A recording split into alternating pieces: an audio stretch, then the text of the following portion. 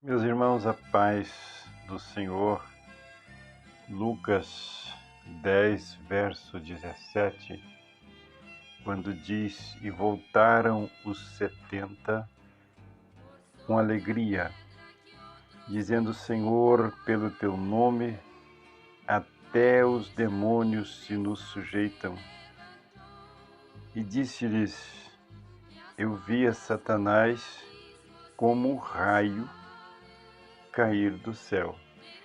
Meus irmãos, é interessante esse texto, Lucas 10, 17, 18, porque Jesus envia os discípulos para uma missão e eles foram de 2 em 2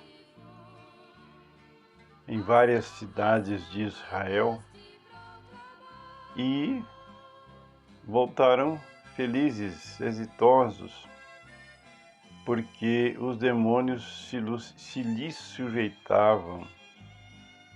E Jesus, ele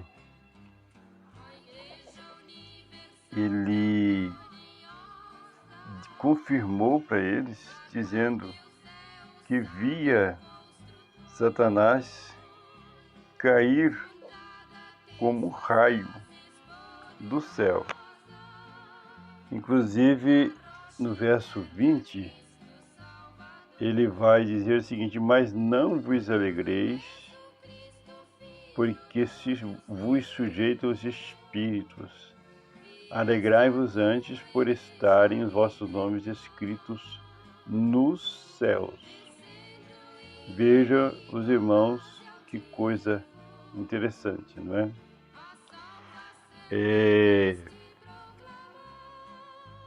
Por que isso aqui? As nossas orações, elas precisam subir.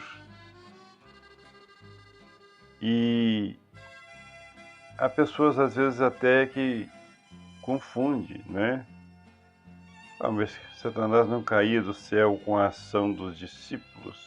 Sim, ele caía do céu na vida das pessoas em que os discípulos abordavam.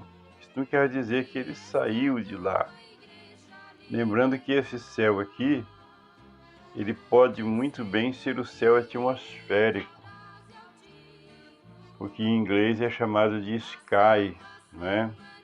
Não é o céu onde está Deus, mas de alguma forma ele tem acesso a regiões celestiais, conforme vamos ver em Efésios 6:12. Porque não temos que lutar contra a carne e o sangue, mas sim contra os principados, contra as potestades, contra os príncipes das trevas deste século, contra as hostes espirituais da maldade nos lugares celestiais. O que se entende? É que a oração do crente, para subir, ela precisa passar de alguma forma por eles. Eles se interpõem no caminho da nossa oração em regiões celestiais ou regiões espirituais, não é? Por algum motivo eles estão lá também, há um prazo para eles ficarem lá. A palavra diz que eles funcionam como acusadores, não é? A palavra diz que os acusam de dia e de noite. Então, quando é dito que a nossa luta não é contra a carne nem o sangue, mas contra as potestades, é justamente nesse aspecto. Porque as potestades, elas trabalham para impedir que a oração chegue até Deus. Como é que ela faz isto? Como é que ela tenta impedir a oração de um crente chegar a Deus, não é? Ela faz com que o homem se torne carnal. O servo, a serva de Deus se torne mundanos, porque o mundo, por causa do pecado, veio por um tempo parar nas mãos de Satanás. Não é Deus quem governa o mundo até um tempo, não é? Como está escrito em Apocalipse 11, verso 15. Muita gente que me acompanha há muito tempo sabe, conhece isso de cor, mas há muitos, não é, novos que estão vendo pela primeira vez e precisam, né, saber. E tocou o sétimo anjo a sua trombeta, e houve no céu grandes vozes que diziam: os reinos do mundo vieram a ser de nosso Senhor e do seu Cristo, e ele reinará para todo sempre. Se eles vieram a ser, é porque não eram, e de fato não é. Você não tem justiça no mundo, justiça social, você não tem justiça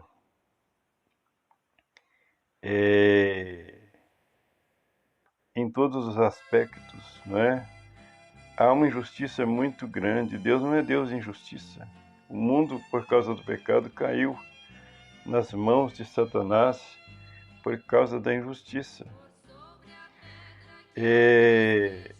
Mas ainda dentro, corroborando ainda com esse entendimento de que as hostes espirituais da maldade, elas ficam no caminho da oração do crente, nós vamos ver Daniel 10, 13. Mas o príncipe do reino da Pérsia se pôs defronte de mim 21 dias, e eis que Miguel, um dos primeiros príncipes, veio para me ajudar-me, e eu fiquei ali com os reis da Pérsia.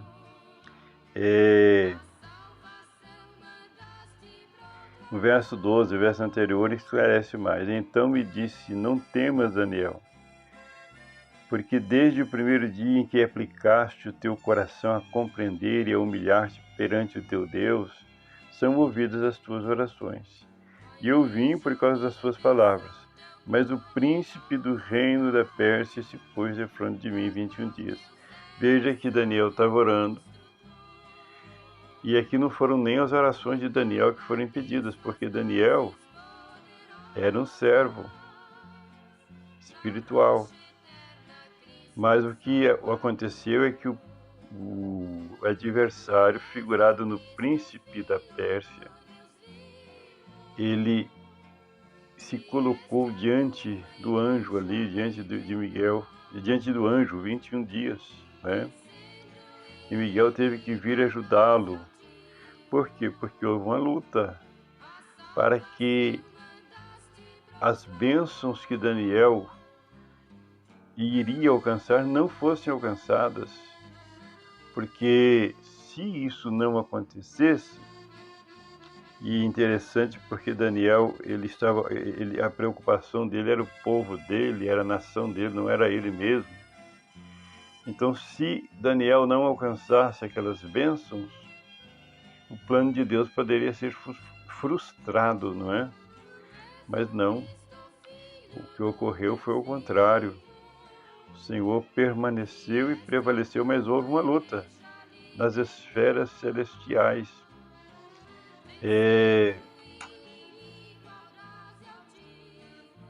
Voltando a Lucas, capítulo 10, verso 20, mas não vos alegreis, porque se vos sujeitam os espíritos, alegrai-vos antes por estarem os vossos nomes escritos no céu. Então, é algo muito interessante, não é? Nós temos pregado que a igreja, ela, na ressurreição, ela desce do céu porque a terra será restaurada, não é isso? Conforme está em Atos 3, 20 e 21, conforme está em Mateus 10, verso 6, né? Então, o nome escrito nos céus é onde está o trono do Pai.